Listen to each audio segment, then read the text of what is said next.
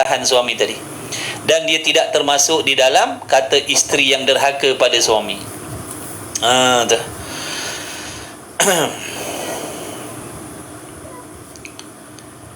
Jadi setiap apa yang ada semuanya dilihat oleh Allah Subhanahu Wa Taala. Semua yang ada dilihat oleh Allah. Malaikat, malaikat itu makhluk yang ada, tapi kita manusia tidak boleh melihat yang namanya malaikat.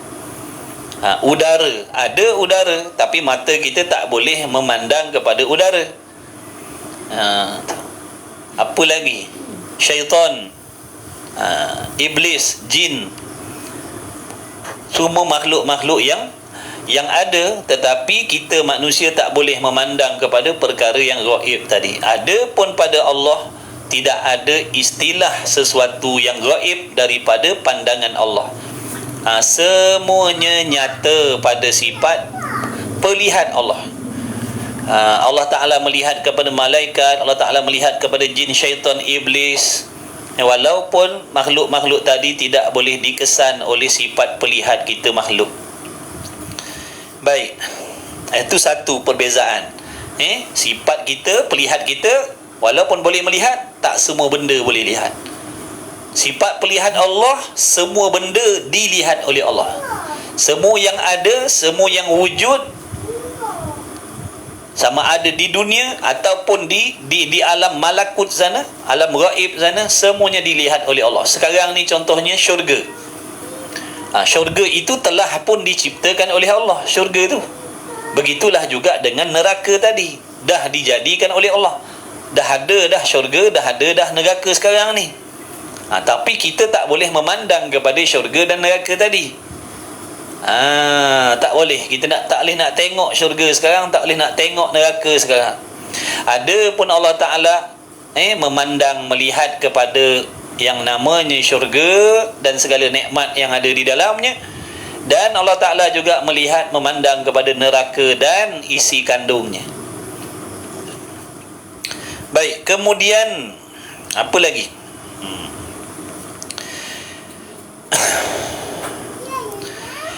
Mana dalilnya?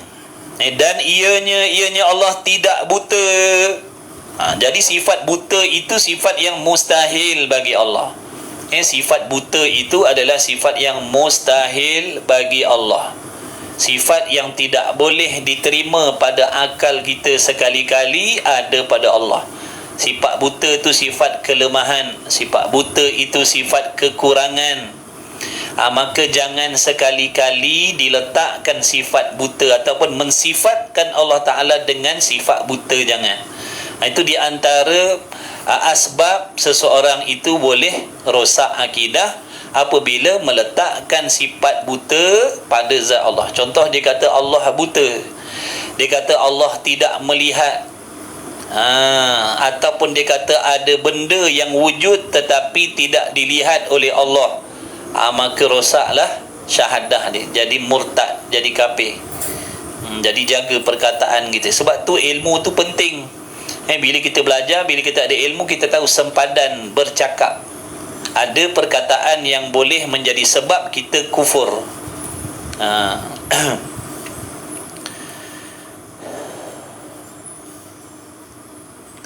Firman Allah Ta'ala, wa huwas sami'ul basir, itu dalilnya.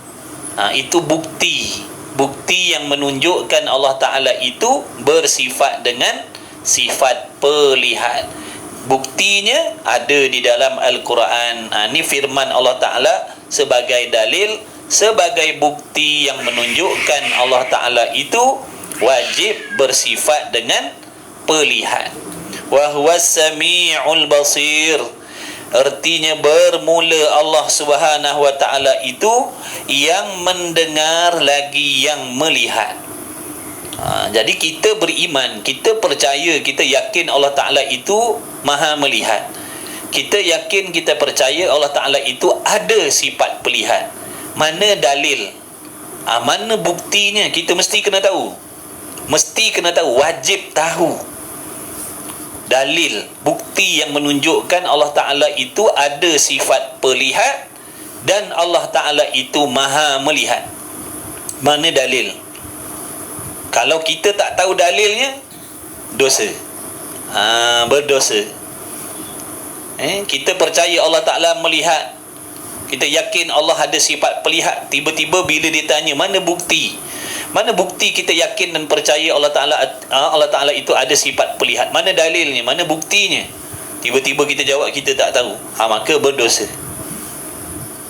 Berdosa kerana tidak mempelajari. Berdosa kerana tidak mempelajari dalil-dalil yang menunjukkan tentang sifat kesempurnaan Allah Ta'ala tadi. Sekiranya dia orang yang waras, yang pada adatnya kalau belajar, mengaji, dia boleh tahu, dia boleh faham tentang dalil-dalil kewujudan Allah. Kalau dia tak belajar, maka berdosalah dia.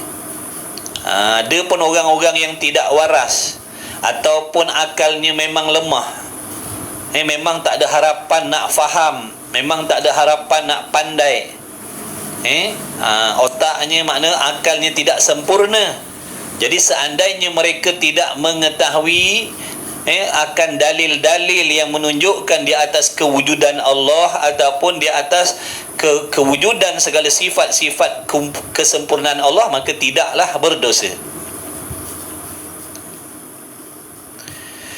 Jadi bermula Allah Ta'ala yang mendengar lagi yang melihat. Allah Ta'ala maha mendengar, Allah Ta'ala maha melihat. Dan bagi sifat sama' dan basar itu ada 3 ta'alluq. Apa maksud ta'alluq? Ta'alluq tu makna Melayunya urusan bagi sifat. Kalau tak, nanti kita tak faham apa ta'alluq tu.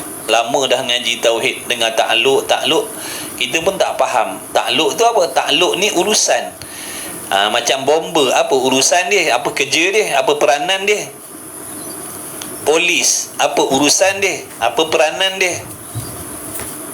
Tentera, apa peranan dia, apa urusan dia. Jadi mudah nak faham. Ta'alluq tu bermaksud urusan bagi sifat. Urusan bagi sifat. Jadi kalau sifat basar Allah, apa urusan dia? Sifat pelihat Allah, apa peranan dia? Apa urusan dia? Apa ta'alluq dia? Apa ta'alluq dia? Apa urusan dia? Tu. Tugas, kerja, peranan. Assalamualaikum. Waalaikumsalam. Tamu. Oh, ada tamu. Allah salam. Dari mana? Tamu daripada mana? Tamu daripada market. Oh. Habis.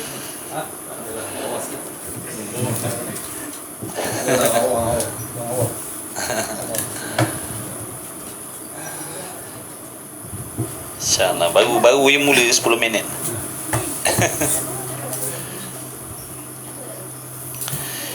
Baik. Jadi kita ngaji sifat 20 ni, bila masuk kepada bahagian sifat-sifat ma'ani, kita kena tahu ta'alluq. Sebelum ni kita belajar sifat nafsiyah kan, sifat wujud, lepas tu sifat salbiyah, qidam, baqa, mukhalafatuhu ta'ala lil hawadith, qiyamuhu ta'ala binafsih dan wahdaniyah. Tak ada pun menyentuh tentang ta'alluq sifat. Daripada mula kita ngaji sifat wujud, sifat qidam, sifat baqa sampai wahdaniyah, tak ada pun sebut tentang ta'alluq. Tapi bila masuk sahaja qudrat, iradat, ilmu, hayat, sama', basar, kalam, dia dah mula sebut tentang ta'alluq tadi. Menunjukkan sifat-sifat ma'ani ada urusan. Sifat ma'ani ada urusan dia kepada benda lain, ada peranan dia kepada sesuatu yang lain, selain daripada nak menunjukkan kesempurnaan zat Allah Ta'ala itu. Contohnya bersifat dengan pelihat. Bukan semata-mata Allah Ta'ala itu memiliki sifat kesempurnaan, iaitu sifat pelihat. Bahkan sifat pelihat tu ada berperanan kepada benda lain, ada urusan dengan benda lain, iaitu melihat kepada segala sesuatu yang ada. apa sahaja yang ada, sama ada yang wujud itu, yang ada itu perkara yang wajib. Apakah perkara yang wajib? Zat Allah. Zat Allah kan wajib, perkara yang mesti ada sedia kala lagi. Dan segala sifat-sifat kamalat Allah, sifat ma'ani Allah, itu semua benda yang wajib. Jadi zat Allah wujud, segala sifat-sifat ma'ani Allah itu wujud, sedia kala lagi telah wujud zat Allah dan segala sifat-sifat ma'ani Allah. Maka dengan adanya sifat pelihat Allah Ta'ala itu, maka Allah melihat kepada zatnya. Allah melihat kepada segala sifat-sifat ma'aninya pada sedia kala lagi. Makna sedia kala lagi Allah telah melihat kepada zatnya dan segala sifat-sifat ma'aninya. Kerana zat Allah dan segala sifat-sifat ma'ani Allah tu telah ada sedia kala lagi. Itu contoh Allah melihat perkara yang wajib. Jangan lupa hukum akal yang 3 tu, fahamkan betul-betul. Kita nak ngaji tauhid, ngaji sifat 20 ni, hukum akal yang 3 tu mesti kena faham betul-betul. Wajib akli, mustahil akli, harus akli. Apa maksud wajib akli? Sesuatu yang akal kita menghukumkan mesti ada sahaja, mesti ada semata-mata, tidak berubah menjadi tiada. Itu wajib akli. Sesuatu yang mesti ada sedia kala lagi dan kekal ada selama-lamanya, tidak berubah menjadi tiada. Itu perkara yang wajib akli. Contohnya adanya Allah itu wajib akli. Ada Allah tu wajib akli. Ada Tuhan itu wajib akli. Wajib akli ni makna sesuatu perkara yang akal kita menghukumkan mesti ada. Akal tak boleh terima nak kata alam ini tak ada pencipta. Akal tak boleh terima, tak masuk akal. Nak kata rumah ni tak ada tukang yang buat, tak masuk akal. Nak kata alam ini, 7 petala langit dan bumi ini tidak ada yang menjadikan, akal tak boleh terima. Akal kata mesti ada yang menciptakan 7 petala langit dan bumi ni. Tiap-tiap sesuatu yang ada itu mesti dijadikan, kecuali Allah. Kecuali Allah. Tiap-tiap sesuatu tu tak masuklah Allah. Tiap-tiap sesuatu yang ada, yakni daripada alam. Alam ni masih wallah, sesuatu yang selain daripada Allah yang wujud ni menunjukkan mesti ada yang menciptakan dia, kecuali Allah. Allah wujud tanpa pencipta. Allah bukan diciptakan. Allah Ta'ala itu sediakah? Sediakala. Baik. Jadi ta'alluq bagi sifat basar ni, sifat basar ni ada ta'alluqnya, ada peranan dia. Yang pertama dipanggil ta'alluq suluhi qadim. Ta'alluq tu makna urusan bagi sifat, peranan sifat. Peranan sifat, urusan sifat. Jadi sifat basar ni ada 3 ta'alluq. Yang pertama dipanggil ta'alluq suluhi qadim. Suluhi qadim. Apa erti suluhi? Suluhi bermaksud padan. Suluhi bermaksud patut. Suluhi bermakna layak. Suluhi makna boleh. Itu suluhi. Suluhi makna patut, padan, layak, boleh, harus. Kita buat contoh suluhi ni, kita buat contoh suluhi. Contohnya saya ada RM10. Saya ada RM10 sekarang.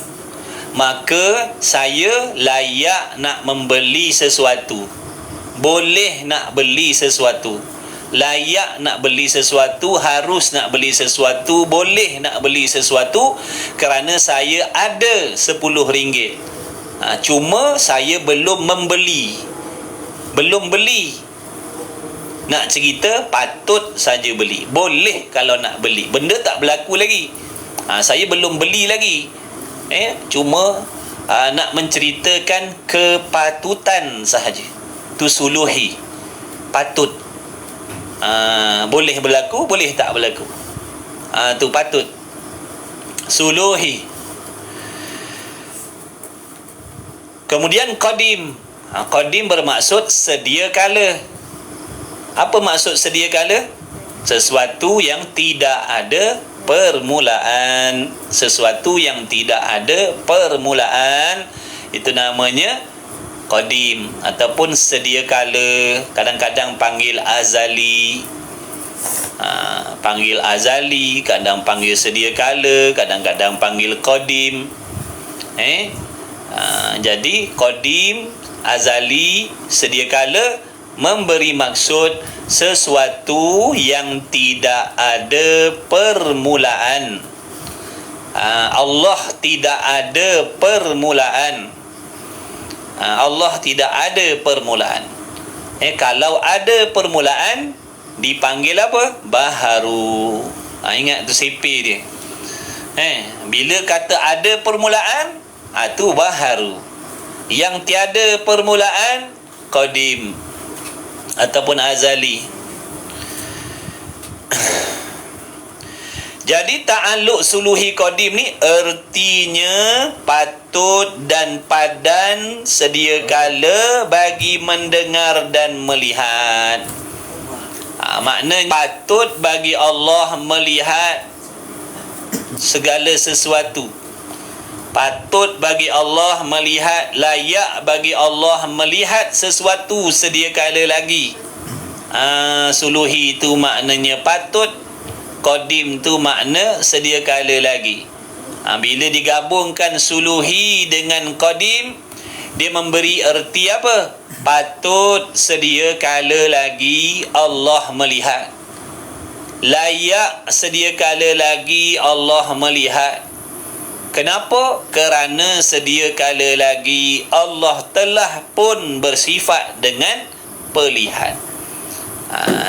Lainlah kalau Allah itu buta. Wal'iyadzubillah min dhalik. Kalau Allah buta, barulah kita cakap tak patut Allah melihat, tidak layak Allah melihat. Kalau buta, ni dah Allah telah memiliki sifat pelihat sedia kala lagi.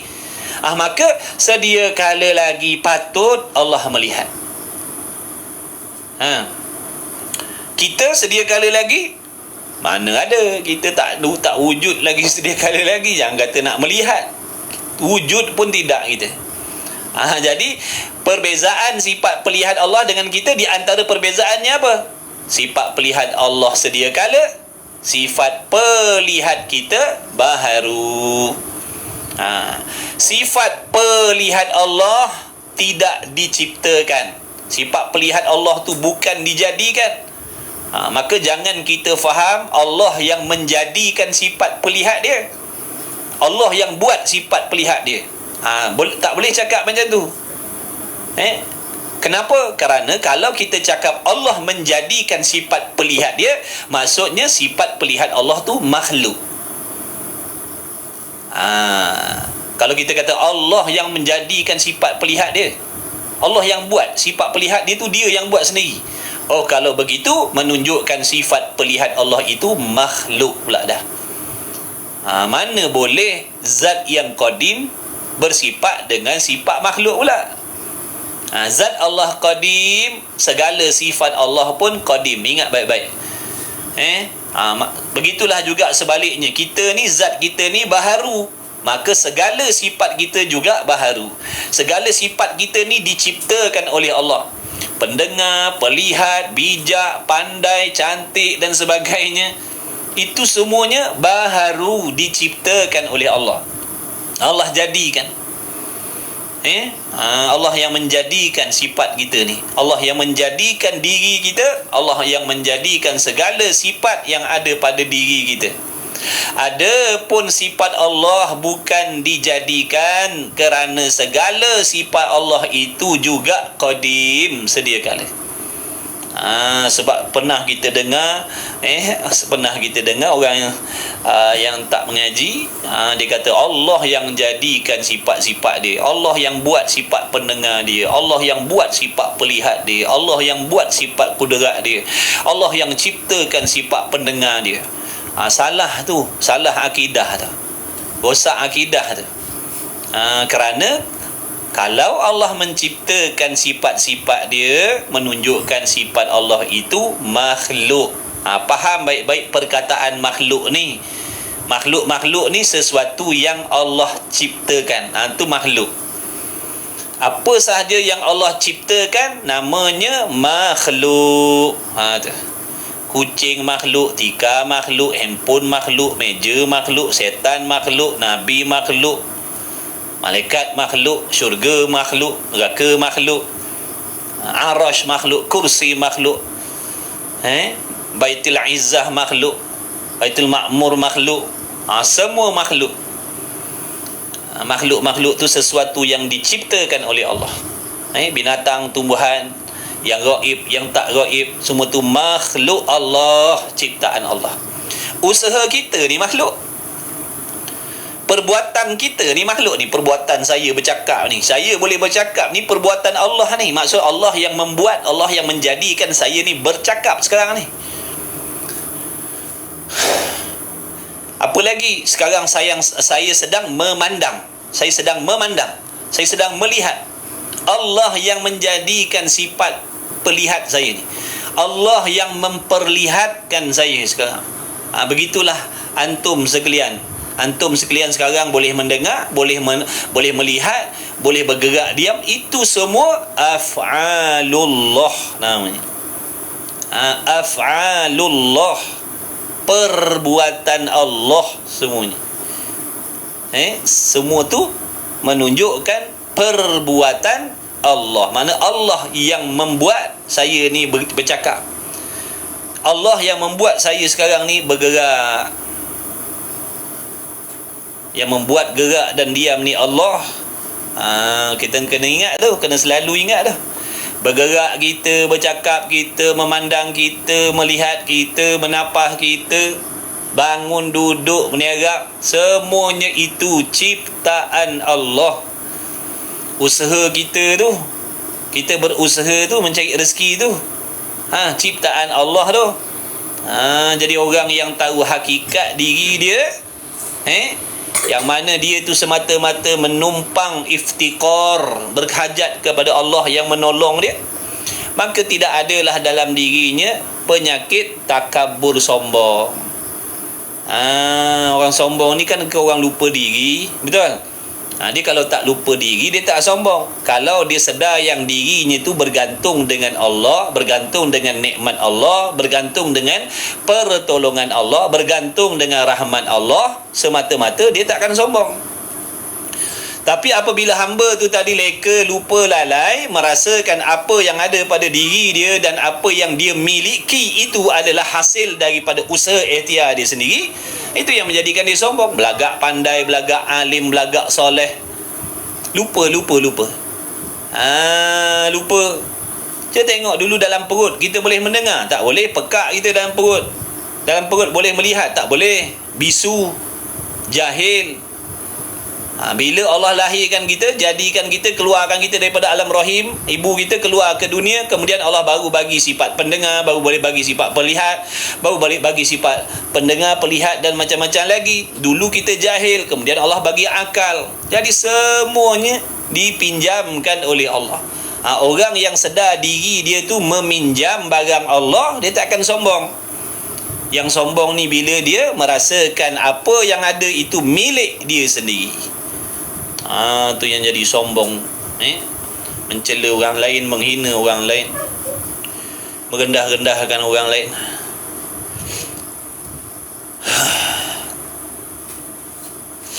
Baik. Tu suluhi. Suluhi makna padan, patut, layak, boleh. Macam tadi bila kita ada RM10, kita patut nak beli barang, tapi tak beli lagi, cuma cerita patut sahaja. Ertinya patut dan padan sedia kala bagi mendengar dan melihat. Yang keduanya dipanggil tanjizi qadim. Tadi suluhi qadim, ini tanjizi qadim pula. Patut catat-catat, patut tulis-tulis, patut rakam-rakam, ikutlah. Boleh ulang kaji. Jadi tanjizi qadim pula. Apa erti tanjizi qadim? Bila kita ngaji sifat 20 ni, dah masuk sifat ma'ani ni, kita akan selalu dengar perkataan ni. Ta'alluq suluhi qadim, ta'alluq tanjizi qadim, ta'alluq tanjizi hadis. Sebab tu kena ambil cepat-cepat istilah-istilah tu, fahamkan baik-baik, fahamkan betul-betul, supaya nanti dia akan datang bila kita belajar lagi, maknanya kita tak pening dah. Tak pening dah. Benda mudah je. InsyaAllah mudah je. Bila diterjemahkan dengan bahasa Melayu, kita boleh faham. Yang kita jadi pening tu sebab bahasa Arab suluhi qadim. Memang kita tak pernah tahu apa suluhi qadim. Kita bukan orang Arab. Contoh orang Arab kata akala. Kita taknya faham akala apa benda. Tapi terjemah akala tu makan. Makan. Takkan tak faham lagi, dah alih bahasa Melayu. Maknanya akala tu Melayu kata makan. Ni tadi suluhi, memang tak faham suluhi. Alih bahasa Melayu, patut. Suluhi makna patut. Patut tak nak beli barang, kita ada RM10. Patut tak nak beli barang, kita ada RM10. Patut tak nak beli barang. Patut tu suluhi lah tu. Orang Arab kata suluhi, patut. Ni tanjizi pula. Tanjizi, terjemah Melayu. Patut, padan, layak. Tanjizi maknanya tunai, tertunai, lulus, berlaku dah, jadi dah. Jadi dah, berlaku dah, tertunai dah. Bila benda tu berlaku je, bila sesuatu tu terjadi je, berlaku je, tak panggil dah suluhi, dia berubah, dipanggil tanjizi pula. Contoh tadi kita ada RM10, tak pergi lagi Tom Yam Aziz. Patut je nak pergi beli Tom Yam kat kedai Aziz tu. Lepas kuliah ni sekarang, kita pakak-pakak pergilah beli barang kat situ. Bila kita ambil duit RM10 tadi, kita belilah Tom Yam RM10. Bila beli je, berlaku sahaja beli tu, berubah dah, dipanggil tanjizi. Tanjizi tu mana dah lulus dah jadi dah pembelian tu, dah berlaku dah pembelian tu, bukan patut beli dah. Sekarang waktu rumah kita kata, waktu kita di rumah ni patut beli, boleh beli. Sekarang nak beli boleh. Sekarang nak beli patut. Sekarang ni kalau nak pergi beli patut sangat, boleh sangat. Tapi tak beli lagi, suluhi. Pergi je kedai, beli je barang, bukan patut dah, berlaku dah. Namanya tanjizi. Takkan tak faham lagi. Patut beli dengan dah beli, takkan tak boleh beza. Patut beli, sudah beli. Patut beli, suluhi. Sudah beli, tanjizi.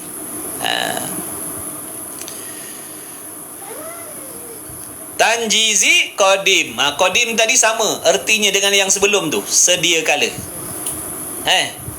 Tanjizi qadim ertinya lulus dan berlaku, mendengar dan melihat Allah Ta'ala itu pada sedia kala akan barang yang sedia ada daripada zat Allah Ta'ala dan sifat-sifat ma'aninya. Maksudnya, bila sebut tanjizi qadim ni, pada sifat basar ni, tanjizi qadim pada sifat basar, bermaksud, basar tadi jangan lupalah, basar tu artinya sifat pelihat. Tanjizi qadim bagi sifat basar bermaksud sedia kala lagi Allah telah pun melihat. Sedia kala lagi Allah telah pun melihat kepada sesuatu yang memang ada sedia kala lagi, iaitu zat Allah dan segala sifat-sifat dia sendiri, sifat-sifat ma'ani ni. Ulang balik. Tanjizi qadim bermaksud Allah Ta'ala telah pun melihat kepada zatnya dan melihat kepada segala sifat-sifat ma'aninya,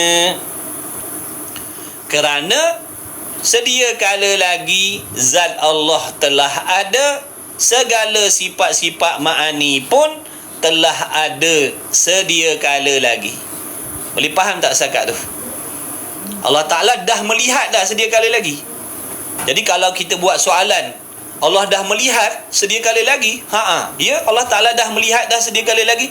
Apa yang Allah lihat sedia kala lagi? Keluar soalan macam tu. Kalau Allah melihat sedia kala lagi, apa yang Allah lihat sedia kala lagi? Makhluk tak ada lagi, kita tak ada lagi sedia kala lagi. Apa yang Allah lihat? Jawabnya, Allah melihat kepada zatnya sendiri. Allah Ta'ala melihat kepada sifat-sifat dia sendiri. Sebab zat dia dan sifatnya memang dah ada sedia kala lagi. Faham tak situ? Apa yang dah ada sedia kala? Tu benda nombor satu kena tahu. Zat Allah dan sifat-sifat dia. Apa yang dah ada sedia kala lagi? Yang dah ada sedia kala lagi tu zat Allah Ta'ala sendiri dan segala sifat-sifat ma'aninya sendiri. Dah ada dah sedia kala lagi. Tidak ada permulaan. Zat Allah tidak ada permulaan, sifat ma'ani Allah pun tak ada permulaan. Zat Allah Ta'ala sendiri tak ada permulaan, sifat-sifat Allah Ta'ala pun tak ada permulaan. Jadi kalau ditanya, ingat, kalau keluar nanti soalan hujung tahun bulan 12 ni, keluar soalan, soalan dia berbunyi Allah bersalam. Ahlan.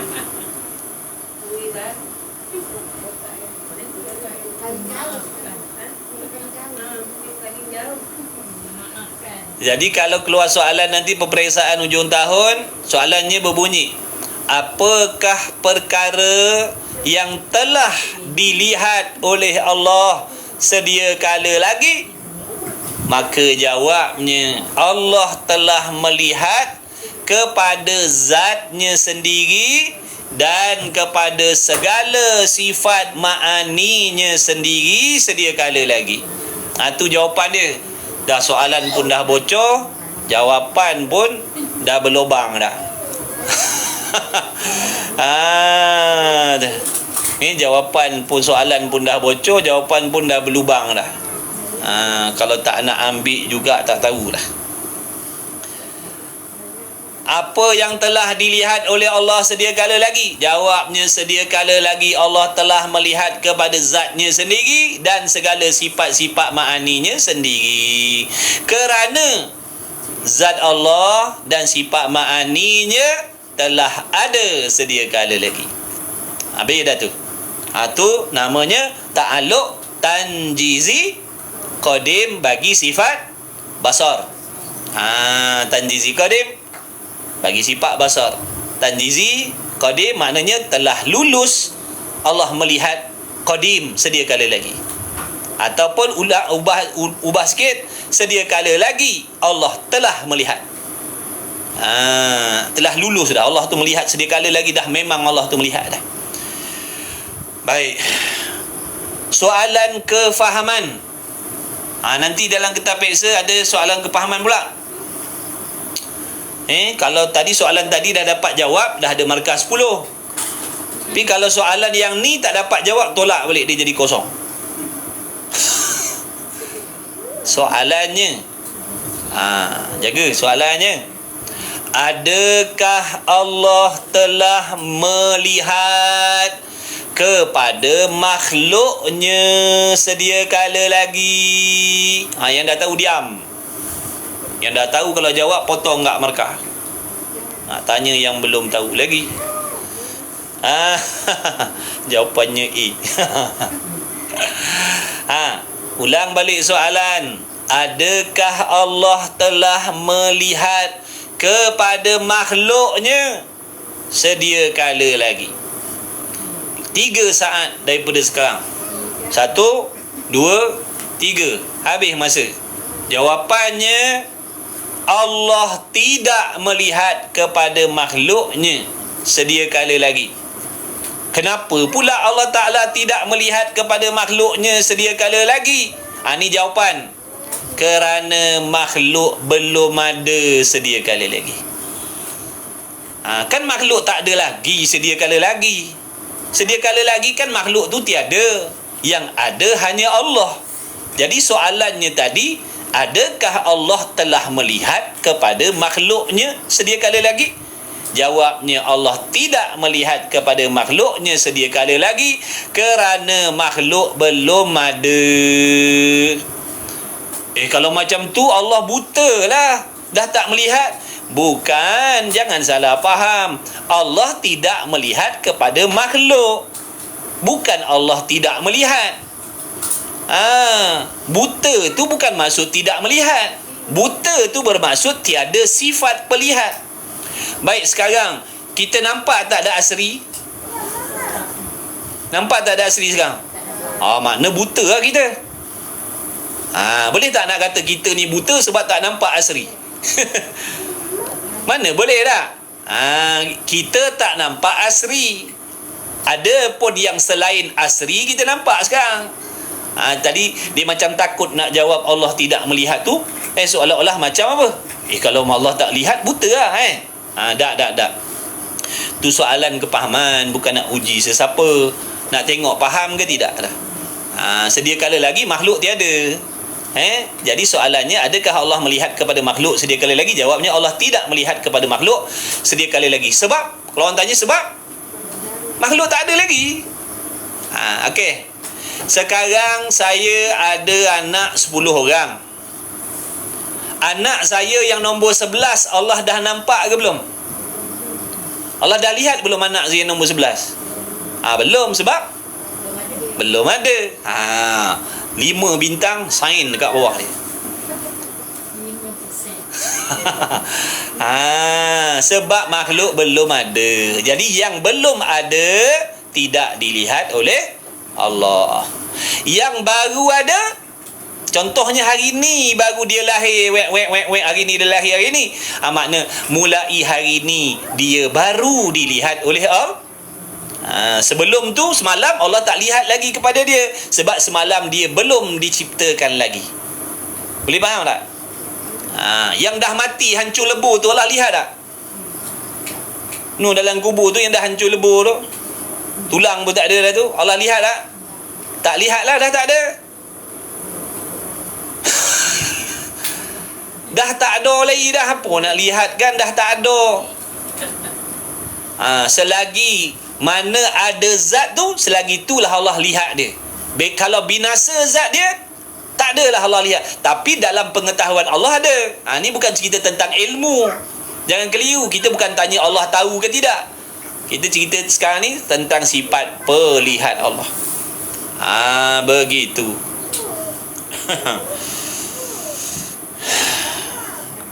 Jasad tu orang tanya, jasad dia dah hancur lebur tu, Allah tak lihat, tapi rohnya Allah lihat. Roh ada.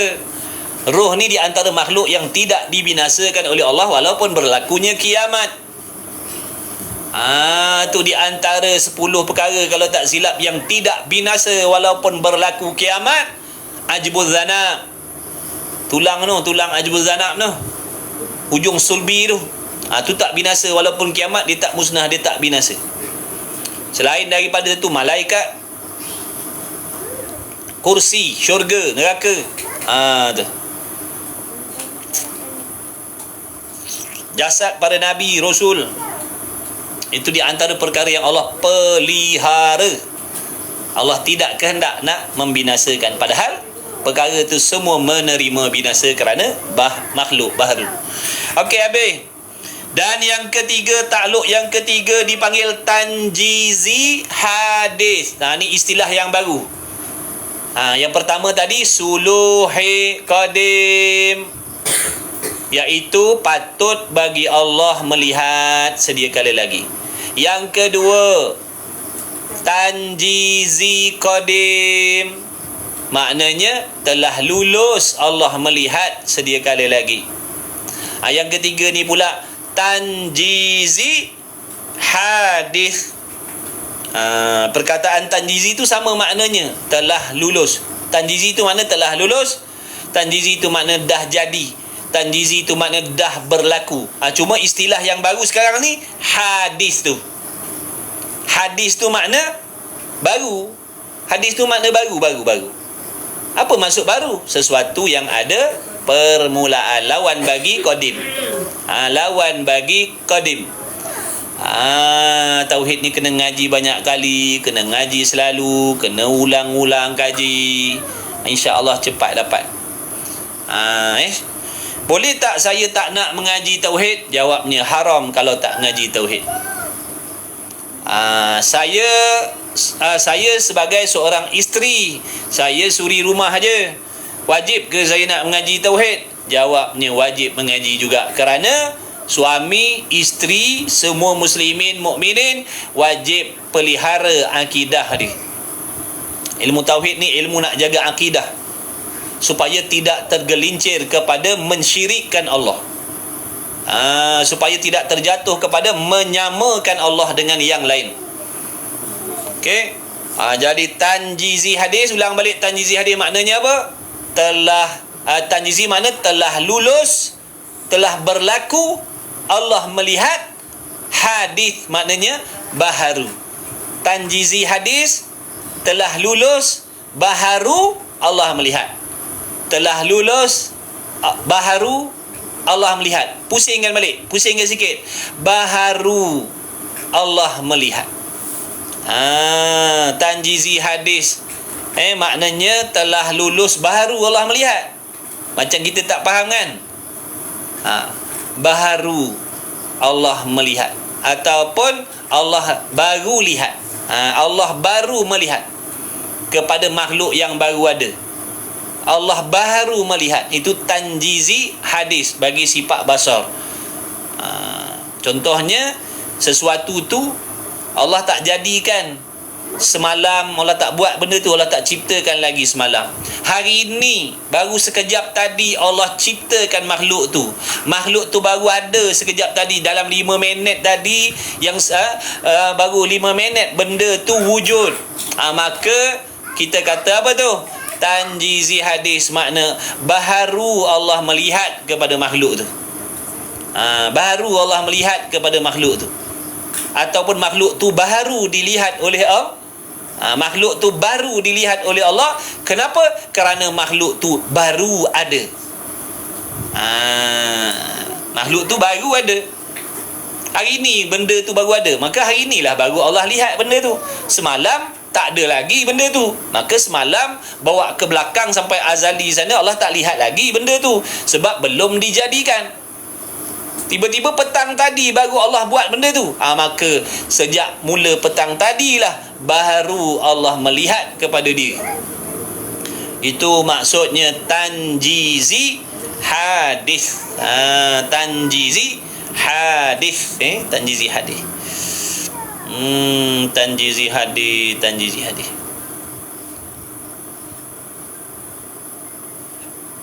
Alhamdulillah.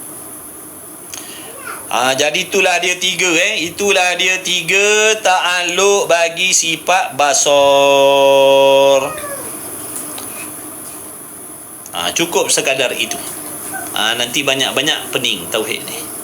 Okey, sebelum tu kita nak ceritalah juga sikit lagi keterangan ni tentang sifat basar Allah ni, tentang Allah melihat. Baik, Allah Ta'ala bersifat dengan pelihat. Kita dah tahu tadi. Ni kesimpulan. Basar adalah sifat yang mesti ada pada Allah. Barang siapa yang tak percaya Allah ada sifat pelihat, maka dia jadi kufur. Kemudian perbezaan sifat pelihat Allah dengan sifat pelihat kita. Sifat pelihat Allah qadim lagi azali, sifat pelihat kita baharu. Sifat Allah tidak dijadikan, sifat pelihat kita Allah yang ciptakan. Kemudian segala benda yang wujud semuanya dilihat oleh Allah. Kita pula tidak semua benda yang wujud dapat dilihat oleh kita. Betul? Kemudian kita melihat, cara kita ni melihat guna biji mata. Guna apa nama kalau sains apa tu, kornea mata ke apa benda lah. Lama tak belajar sains sekolah dulu. Betul, kornea lebih kurang macam tu lah. Jangan main kau ingat Pak dulu sains muju tak jadi profesor saintis sekarang. Maknanya kita melihat guna alat. Kena ada biji mata, kena ada kornea mata, bergantung dengan cahaya. Objek mesti duduk depan kita. Objek kalau halus dah tak nampak dah, kena pakai teleskop. Mikroskop. Teleskop nak tengok planet Zuhal, Pluto. Alamak, bocor kantoi sains. Pakai cermin mata. Rabun dekat, rabun jauh, rabun warna, rabun ayam, rabun malam, macam-macam. Itu sifat pelihat kita. Sifat pelihat Allah. Kalau orang tanya apa maksud Allah melihat, ni jawab je. Kalau nak tulis lah. Kalau tak nak tulis pun tulis lah. Maksud Allah melihat iaitu, tak faham pun tak apa, tulis je dulu. Maksud Allah melihat ialah, tulis ni 135 orang ni, cepat tulis. Yang dah tahu tak apalah, yang tak tahu, yang dah tahu tak apa, yang belum tahu tulis. Tak faham pun tak apa, tulis dulu. Tulis dulu. Sebab nanti kan kita selalu ulang-ulang kelas ni. Maksud Allah melihat tu ialah nyata. Maksud Allah melihat ialah nyata. Segala sesuatu yang ada itu nyata. Segala sesuatu yang ada itu pada sifat pelihat Allah. Nyata segala sesuatu yang ada itu nyata pada sifat pelihat Allah. Okey. Dapat ulang last. Nyata segala perkara yang ada itu pada sifat pelihat Allah. 3 kali ulang. Takkan tak sempat tulis. Okey. Sekarang ni nak terangkan maksud nyata tu pula. Nyata segala sesuatu yang ada itu pada sifat pelihat Allah. Nyata bagaimana? Nyata tu bagaimana? Kita cuba olahkan lagi ayatnya, nak mendekatkan kepada faham lagi. Nyata di situ dengan makna dapat dikesan oleh sifat pelihat Allah.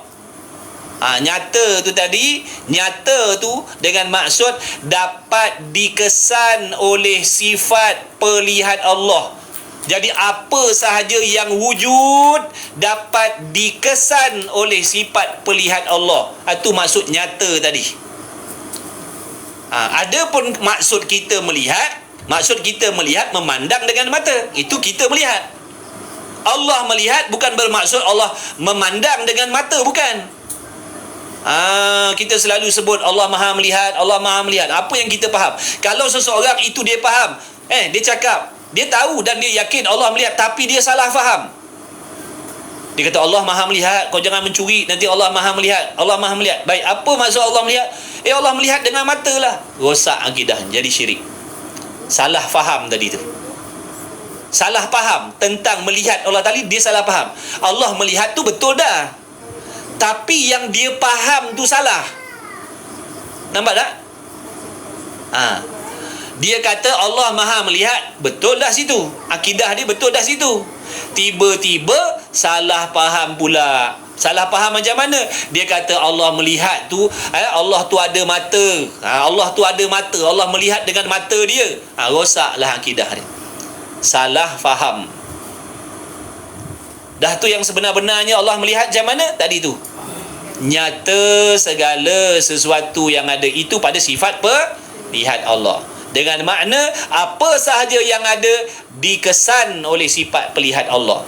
Nak tanya lagi, kesan macam mana? Wallahu a'lam. Tak boleh nak bagi tahu dah. Sebab cara Allah Ta'ala bukan cara Allah melihat itu mukhalafah, tidak menyamai dengan makhluk melihat bagaimana.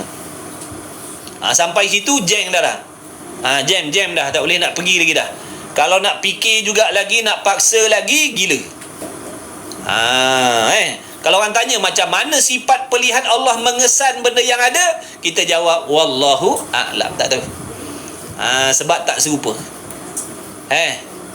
Dan ni nak bagi lagi keterangan ni supaya kita faham betul-betul. Kita selalu sebut Allah melihat. Setiap apa yang ada itu dilihat oleh Allah secara meliputi. Contoh kita tengok dalam tong beras kita. Kat sini orang perempuan ramai, kita cerita pasal beras lah, dia selalu tengok beras. Lain kali bila dia nak masak, dia ingat Tuhan. Beras banyak tak dalam tu? Dalam tong tu? Dalam tempayan tu? Dalam kampit tu? Banyak. Kita boleh tak nak lihat tiap-tiap satu? Nampak tak tiap-tiap satu beras dalam kampit tu, dalam tong drum tu? Nampak tak? Tak nampak kan? Yang belah depannya kita nampak betul? Yang belah atas je. Yang bawah tu tiap-tiap satu tak nampak. Maksudnya penglihatan kita tidak meliput. Allah melihat meliputi.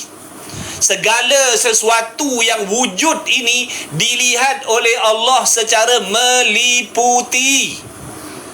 Allah melihat bukan bergilir-gilir seperti yang ada orang salah faham. Jangan. Kalau seseorang itu faham Allah melihat dengan maksud seperti kita melihat, nak tengok belah depan, nak tengok belah kanan, tengok kanan dulu, yang kiri tak nampak, tengok depan belakang tak nampak, kiri kanan atas bawah tak nampak.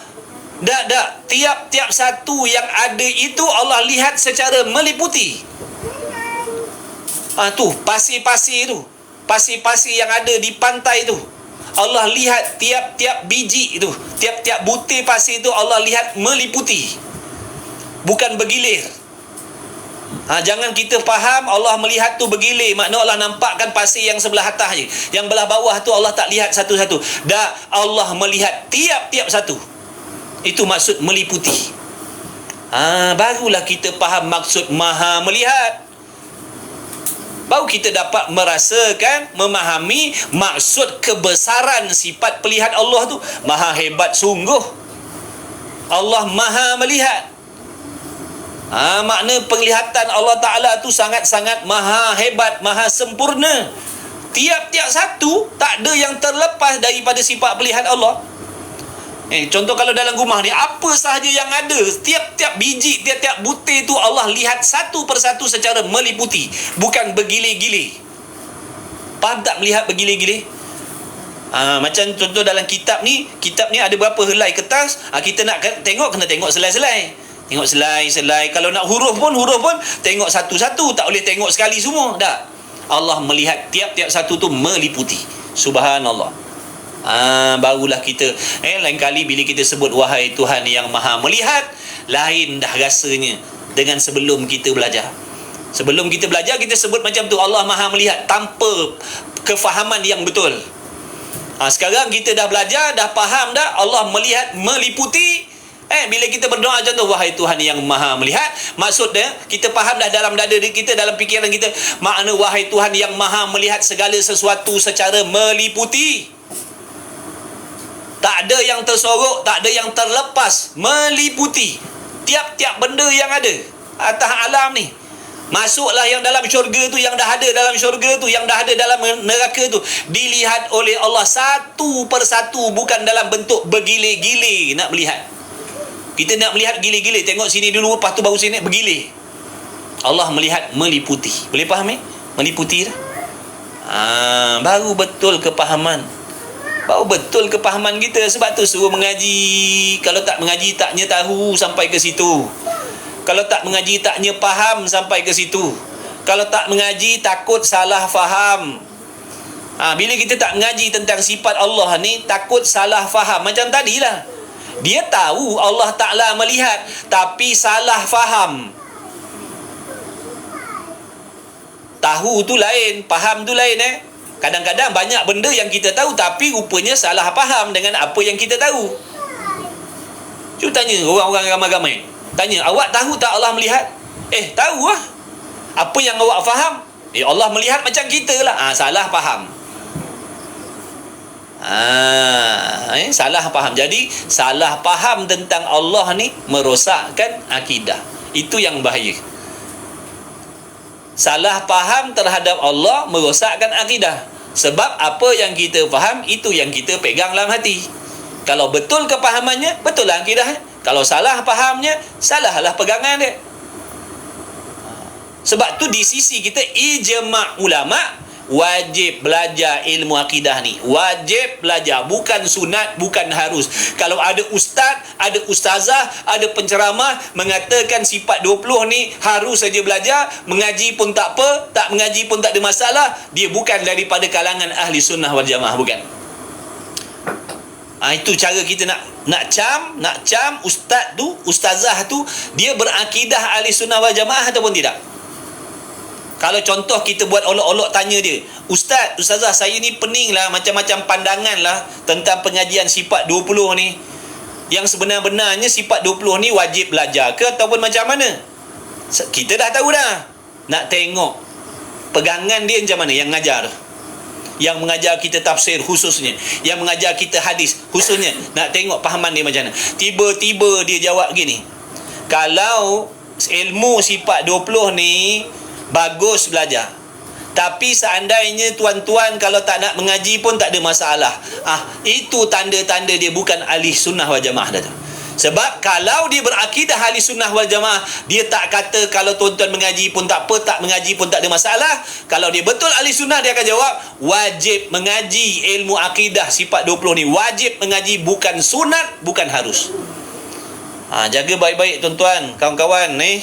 Kita nak mengaji tafsir hadis ni, pastikan guru yang mengajar tafsir dan hadis ni berakidah ahli sunnah wal jamaah. Jangan main tadah haja kitab tafsir, jangan main tadah haja kitab hadis, jangan. Jangan sebarang. Dah.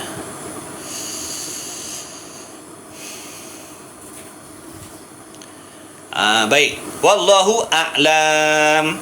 Tak apa, tak faham malam ni, nanti ulang lagi. Nanti ulang-ulang lagi. Satu kitab lagi yang terakhir. Satu kitab lagi, Musolli. Munyatul Musolli, Jawi ke surah apa?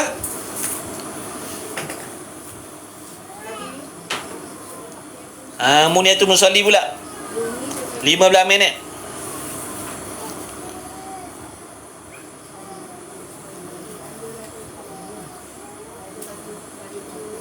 Dan lagi sabda Nabi sallallahu alaihi wasallam, adil imam sesangat terlebih kebajikan daripada ibadat 60 tahun. Dah sudah belum? Dan daripada Umar ibn al-Khattab radhiyallahu ta'ala bahawasanya berkata, ia bagi Ka'ab, khabarkan olehmu daripada syurga Jannatu Adnin, maka berkata ia, hei Amirul Mukminin, tiada duduk padanya Jannatu Adnin melainkan Nabi ataupun Siddiq ataupun Syahid ataupun imam, yakni raja yang adil. Dah sudah belum? Dah sudah Maka sayugianya bagi raja. Jangan ditaruh. Jap. Saya muka surat berapa? Itu sob. Balang dia tulis. Itu. 465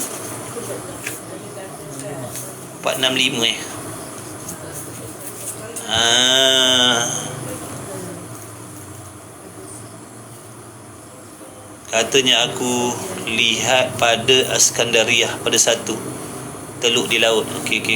Dah nak dekat dah tu.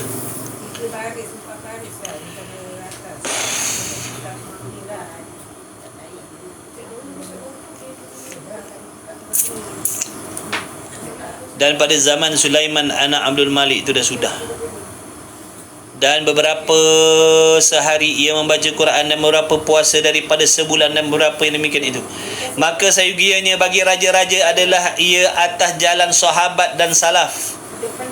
Depan sikit lagi. Okey, dah ada. Saya 468 saya punya kitab. Nanti tolong tanda Kitab saya 468 yang malam ni lah. Kang baca kan dia dah berganjak dah tu. sepipi. Jawi muka surat apa tadi? 314. Jawi 34, Rumi Rumi 114. 114. Yang ada kitab Rumi muka surat 114. Jawi juga. Dengan Lain-lain cetakan. Yang ni apa, English ada English? Tak ada, English tak ada lagi. English tak ada lagi. ada. Cina ada? Masya Allah. Okey, baik. 15 minit lepas tu bersuai. Qala al-muallif rahimahullah ta'ala wa nafa'ana wa iyyakum bi'ulumihi fid daraini amin ya rabbal alamin. Lain leg.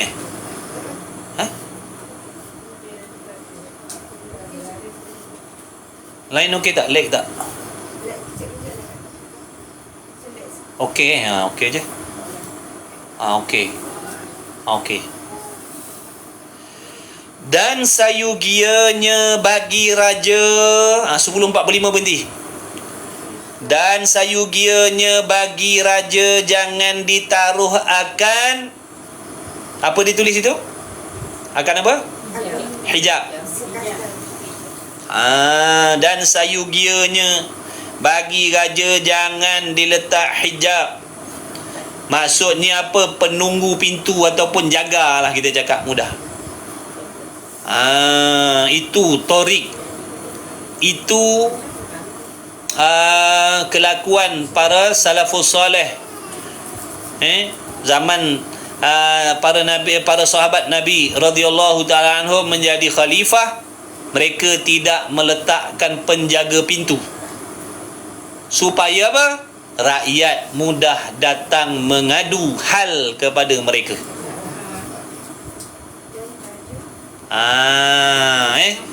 Jadi dan sayugianya bagi pemerintah jangan ditaruhkan penjaga pintu. Tak payah jaga-jaga. Sebab apa? Menyusahkan rakyat nak pergi mengadu. Itu baru betul. Kaedah dalam agama Islam dalam pemerintahan Islam, maknanya sepatut-patutnya pemerintah tak payah letak jaga. Ini nak pergi jumpa dia kena lalu 20 pintu, 20 orang jaga pun belum tentu dapat bercakap merayu hal dengan dia. Jadi di situ nanti akan berlaku kezaliman. Maknanya ada rakyat yang tak boleh nak mengadukan hal mereka. Itu bukan sifat raja yang adil. Itu bukan sifat pemerintah yang adil. Pemerintah yang adil, dia akan mendengar semua aduan. Dia akan terima semua aduan. Dia tak pilih bulu, dia tak pilih kroni. Kaya, miskin, yang betul, yang salah, semua dia akan terima. Makna aduan tadi tu, laporan tadi. Cuba kita tengok macam mana. Adakah kaedah ini berlaku di dalam sistem pentadbiran di dalam mana-mana negara atas dunia sekarang? Jawabnya tak ada dah. Tapi sahabat dulu macam ni lah. Jadi kesakitan orang yang kena zalim daripada masuk mengadu. Sebab apa? Sebab apa tadi dia kata jangan diletakkan penunggu-penunggu pintu tadi. Kerana menyebabkan orang-orang yang dizalimi tidak dapat nak mengadu hal mereka. Cuma orang yang ada kabel boleh jumpa. Orang yang ada kabel boleh ngadu masalah. Orang-orang kampung, orang-orang miskin tak sampai nak menceritakan hak mereka, tak sampai nak mengadukan hal mereka, tak sampai. Itu namanya zalim. Itu namanya zalim. Zalim namanya. Sebab takut nanti berlaku kezaliman. Orang yang dekat-dekat, orang yang hebat-hebat, orang yang kaya-kaya, datuk-datuk, datin-datin, Tan Sri, YB, aduannya didengar. laporannya didengar. Tapi rakyat yang dizolimi tak sampai pun aduan, bahkan dipayahkan pula, disukarkan pula. Disukarkan pula. Maknanya mereka nak berurusan tadi jadi payah. Jadi nanti adalah orang-orang yang dizolimi tak dapat nak diadili kerana tak sampai aduan. Dah jumpa belum? Tandor besar-besar lah kek topi nanti lah sonam nak cari. Dan sayugia bagi raja jangan ditaruh akan hijab, yakni orang yang penunggu pintu ataupun jaga ataupun bonza. Sebab apa tu? Jadi kesakitan, makna jadi kepayahan orang yang kena zalim daripada masuk mengadu. Orang kampung, orang miskin, orang yang tak ada nama, orang tak ada pangkat jawatan ni payah nak mengadu hal. Hantar memo, hantar macam-macam memorandum, tepung gandum, macam-macam, taknya dilayan. Taknya dihapiknya, taknya dilayannya, tak diterimanya. Itu zalim lah namanya. Allah larang buat macam tu. Sebab itu menunjukkan pilih bulu. Ada rakyat, ada orang tertentu diterima aduan, ada orang yang tak dilayankan aduannya. Maka itulah zalim. Salah maknanya, tidak meletakkan sesuatu kena pada tempat. Itu namanya salah meletakkan sesuatu. Bila salah meletakkan sesuatu, namanya zalim. Adil apa adil? Adil bermaksud meletakkan sesuatu kena pada tempat. Yang kena pada tempatnya, sebagai pemerintah tak pilih bulu, siapa pun yang merayu, yang mengadu, dia kena terima semua. Itu baru kata adil. Jadi fikir-fikir, tengok-tengoklah sendiri. Ini dalam kitab ni dia cerita umum. Dia nak ceritakan sifat-sifat pemerintah yang adil. Dia tak sebut pemerintah mana, Amerika ke, Kanada ke, Malaysia ke, Indonesia ke, dia tak sebut. Ini ciri-ciri pemerintah yang adil di sisi Allah. Jadi kalau tak ada benda ni, namanya zalim lah tu. Tak bolehlah saya nak mengatakan saya ni contohnya saya ni penghulu kat kampung ni. Saya JKK kat kampung ni. Saya penghulu kat kampung ni. Saya hanya terima aduan orang yang dekat-dekat dengan saya. Kroni-kroni saya, sahabat-sahabat saya, kawan-kawan saya, kenalan saya punya aduan saya terima. Saya ambil berat, saya ambil peduli. Tiba-tiba ada sebahagian lain orang kampung ni bila nak datang mengadu pada saya tak layan. Boleh tak saya nak mengaku saya telah meletakkan sesuatu kena pada tempat? Tak boleh lah. Saya tidak meletakkan sesuatu pada tempatnya, kerana ada orang yang saya layan, ada orang yang saya tak layan. Padahal itu tanggungjawab saya sebagai orang yang diberi kuasa. Namanya zalim. Namanya zalim. Dan jangan ditaruh akan bawab yang menegahkan orang dhaif sampai kepadanya. Bawab ni jagalah, yang jaga pintu. Nak masuk tak boleh, kena jumpa dia dulu. Dia kata, awak siapa? Daripada mana? Tak boleh masuk, tak boleh masuk.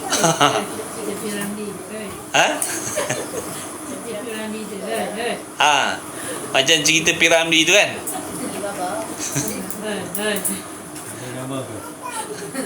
Mana mau pergi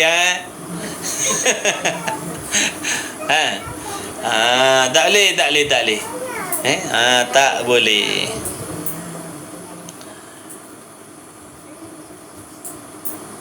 Tak boleh buat macam tu. Riwayat daripada Maimun bin Mihran, katanya, adalah aku duduk pada Omar bin Abdul Aziz. Maka berkata ia Omar bin Abdul Aziz, siapa pada pintu? Maka jawabnya seorang laki-laki, turunkan untanya, menyangka bahawasanya ia anak Bilal, muadzin Rasulullah sallallahu alaihi wasallam. mengizinkan ia baginya dengan masuk dan berkata ia telah mencerita akan aku bapaku bahwasanya Rasulullah sallallahu alaihi wasallam bersabda, barang siapa memerintahkan sesuatu daripada pekerjaan umat kemudian maka diletakkan orang hujab tadi ataupun hijab tadi yang menegahkan mereka itu daripadanya, melainkan mendinding oleh Allah Ta'ala daripadanya pada hari kiamat besok. Tu.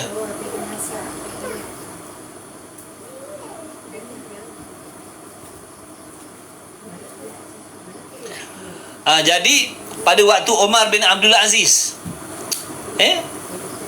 pemerintah yang adil, pada waktu tu dia ada meletakkan orang jaga pintu. Waktu tu tiba-tiba bila datangnya tadi Allahumma salli ala sayyidina Muhammad,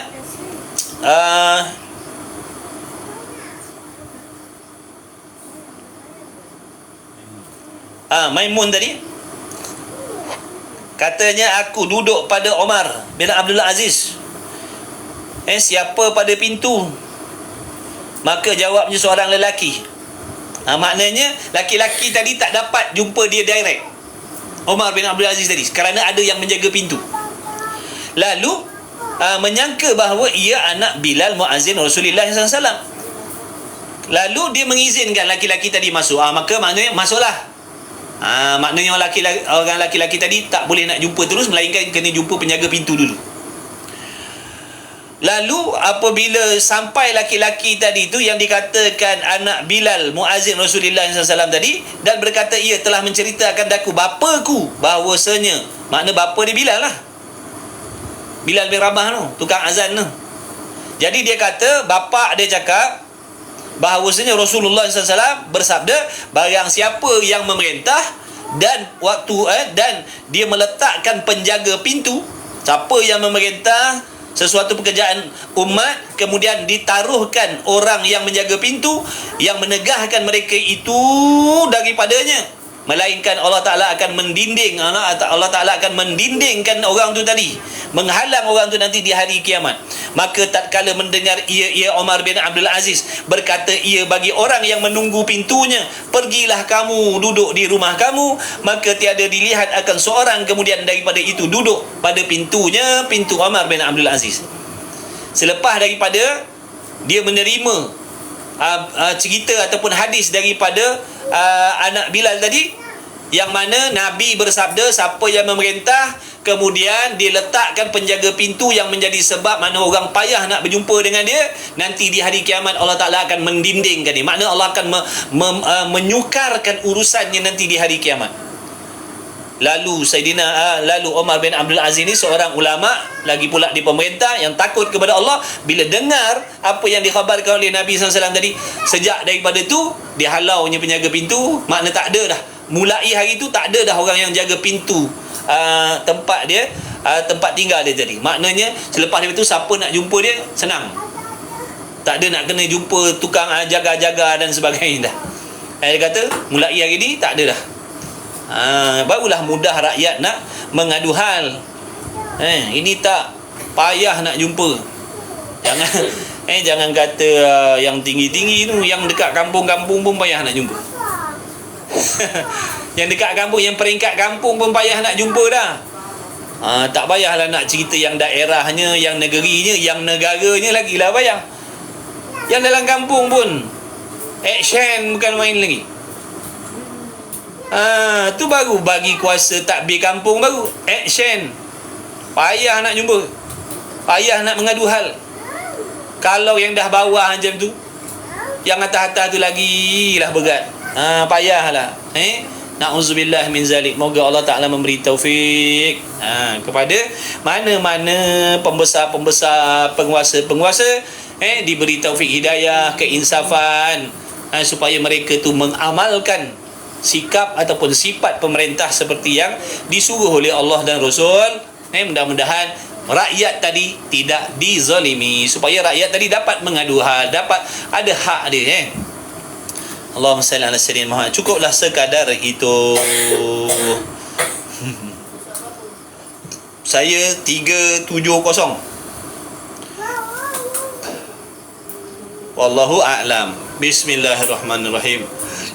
Cukuplah segala itu. Mudah-mudahan dengan berkat majlis ilmu kita pada malam ni, semua yang hadir yang mengikuti, kita doa mudah-mudahan Allah Ta'ala memberikan keampunan, mudah-mudahan Allah ampunkan segala dosa-dosa kita semuanya, anak isteri kita semuanya, ibu bapa kita, ibu bapa mertua kita, adik-beradik kita, ipar duai kita, kawan-kawan kita, kenalan-kenalan kita, muslimin muslimat, mukminin mukminat, orang yang baik dengan kita, orang yang tak baik dengan kita, mudah-mudahan semuanya diampunkan oleh Allah, diberi taufik hidayah, dipilih oleh Allah menjadi penuntut ilmu. Mudah-mudahan Allah Ta'ala jadikan kita orang yang istiqamah dalam menuntut ilmu, orang yang bersih hati dari sebarang sifat mazmumah. Mudah-mudahan Allah Ta'ala memberikan taufik kepada kita untuk menghiaskan hati kita dengan segala sifat-sifat mahmudah. Mudah-mudahan Allah Ta'ala lahirkan kita di kalangan keturunan kita, anak-anak yang soleh, yang solehah, berjaya dunia dan akhirat. Mudah-mudahan Allah Ta'ala merezekikan kita mendapat syafaatnya Nabi Muhammad sallallahu alaihi wasallam. Mudah-mudahan Allah Ta'ala sampaikan, andai kata adalah ganjaran pahala dan kebajikan dengan majlis ilmu kita pada malam ni, mudah-mudahan Allah Ta'ala persampaikanlah kepada sekalian almarhum almarhumah yang bersangkut paut dengan kita, pelitian darah kita, mudah-mudahan disampaikan oleh Allah Subhanahu Wa Ta'ala kepada mereka. Dan mudah-mudahan Allah Subhanahu Wa Ta'ala mengurniakan kepada kita sekalian yang masih hidup ni, nanti penutup hidup kita mudah-mudahan diberi oleh Allah husnul khatimah, mudah-mudahan mati di dalam iman, Islam dan ihsan yang sempurna, dipermudahkan segala urusan dunia dan akhirat, dipanjangkan umur yang berkah, diberi kesihatan yang berkah insya-Allah. Sekian sajalah, salah silap, kekurangan, kelemahan, saya minta ampun, maaf banyak-banyak. La haula wala quwata illa billahil aliyil azim. Bismillahirrahmanirrahim.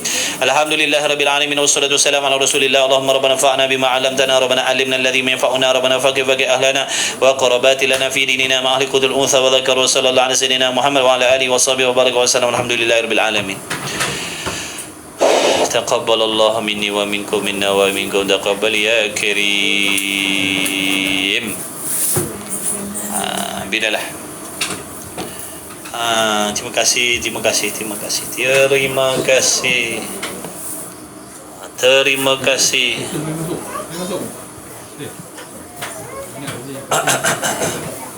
Yang ada buka beg kuning, terima kasih. Yang ada buka beg kuning, kalau ada yang buka pun tak apalah, terima kasih. Yang buka beg kuning tu pun terima kasih lah. Tak. Terima kasih banyak-banyak. Alhamdulillah, yang ada order buku, terima kasih. Yang ada beli-beli barang dalam tu, terima kasih, support saya. InsyaAllah. Besok insya-Allah, besok subuh, kuliah subuh besok, kitab Risalah Tauhid. Besok kuliah subuh besok dekat Kerubung. Kuliah subuh besok dekat Masjid An-Nur Kerubung, pukul 6.30 insya-Allah lah, kelas 6.35 macam itulah. Kitab Risalah Tauhid, baru lagi, awal kitab lagi. Lepas tu pukul 9.30 pagi besok, kitab Risalah Al-Misbah Munir, Masjid Sultan Abdullah, Masjid Putih, Masjid Tanah, insya-Allah.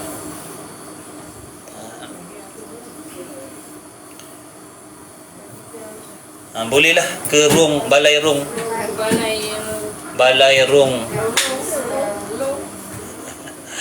Ada jamuan apa malam ni? Insya-Allah malam ni jamuan cokolok. Jamuan kita malam ni jemput asli. Jemput jagung dan jemput pisang. Jemput udang malam ni. Ada burger. Oh, insya-Allah malam ni burger ada. Malam ni ada burger. Jom. Bismillahirrahmanirrahim. Aduh. Terima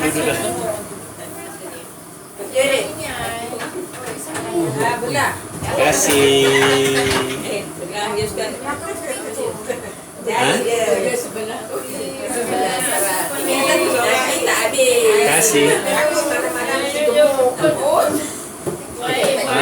Jemput udang. Malam ni jemput jagung, jemput udang dan burger.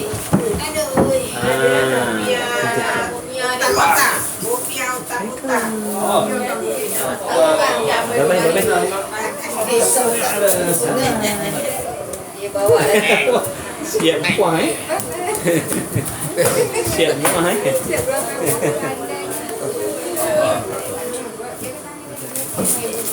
Di mana ni Melaka rumah mak. Malam ni kuliah keluarga saya. Malam ni kuliah keluarga saya. Tapi ada masalah. Tapi ada 2-3 keluarga yang tak dapat hadir malam ni.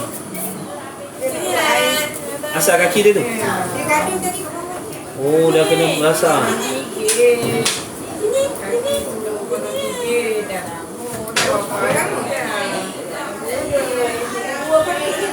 Malam ni keluarga kelas keluarga adik apa?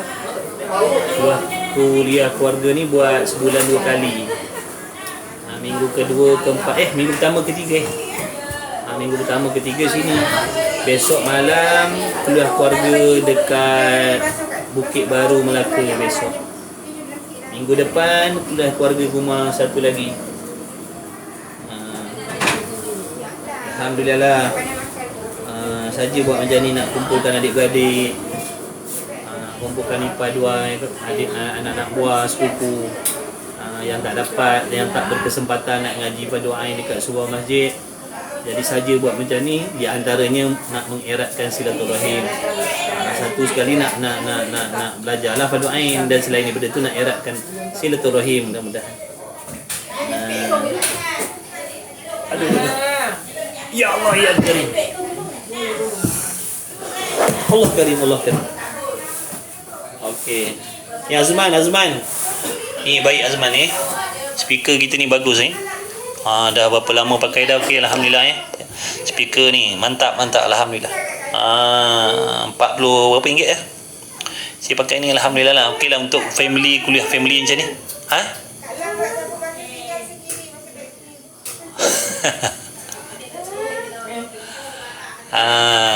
Kali kalau kawan-kawan ada nak buat majlis-majlis keramaian keluarga ke, cikgu-cikgi ke, nak pergi tuition ke, nak ngajar tajwid ke, kalau boleh beli ni baguslah.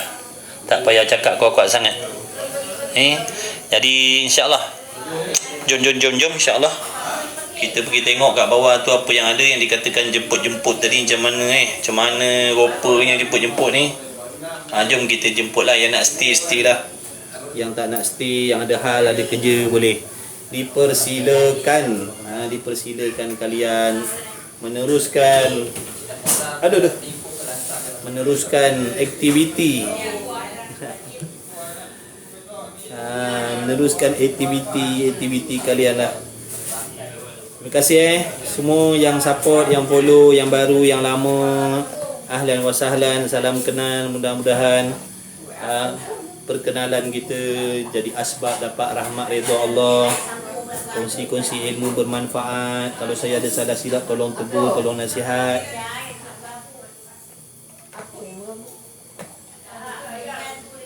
Allahu Rabbi ya Karim. Jangan lupa doakan saya, ahli keluarga saya, ibu saya.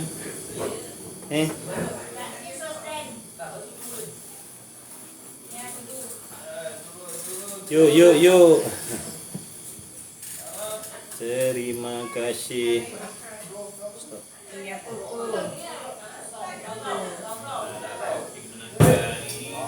Jemput geragau ke? Jemput geragau ke? Mau. Nanti besok boleh angkat kot ni. Allahumma salli ala sayyidina Muhammad. Jom. Nanti kemaslah. Terima kasih. Terima kasih.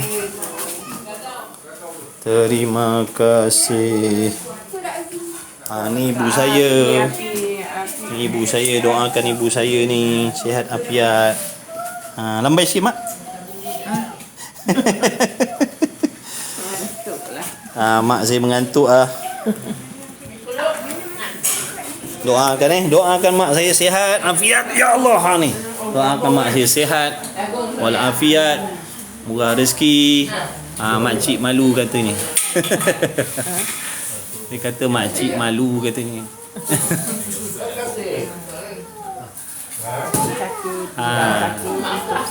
Kaki sakit, pinggang sakit, lutut sakit. Itulah di antara asbab buat kuliah kat rumah ni, sebab mak dah lama tak pergi, tak dapat nak pergi surau.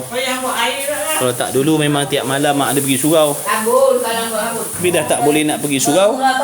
Inilah di antara cara nak buat kelas.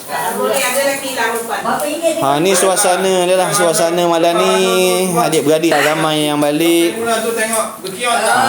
Ni ajalah yang ada ni ajalah yang ada Ni ajalah yang ada malam ni. Nanti boleh tulis dalam komen. Bagus, boleh order. Semalam dah salah topong. Allah. Topong sagu. Masya Allah. Ambil kan. Ya kasih. Pintu rumah kau tak tutup. Ya dah tu.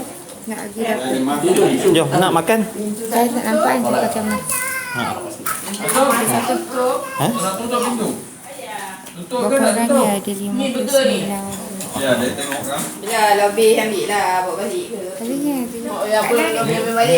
Tak ada, tak tu kat Nah tak perasan. Ya, boleh. Banyak.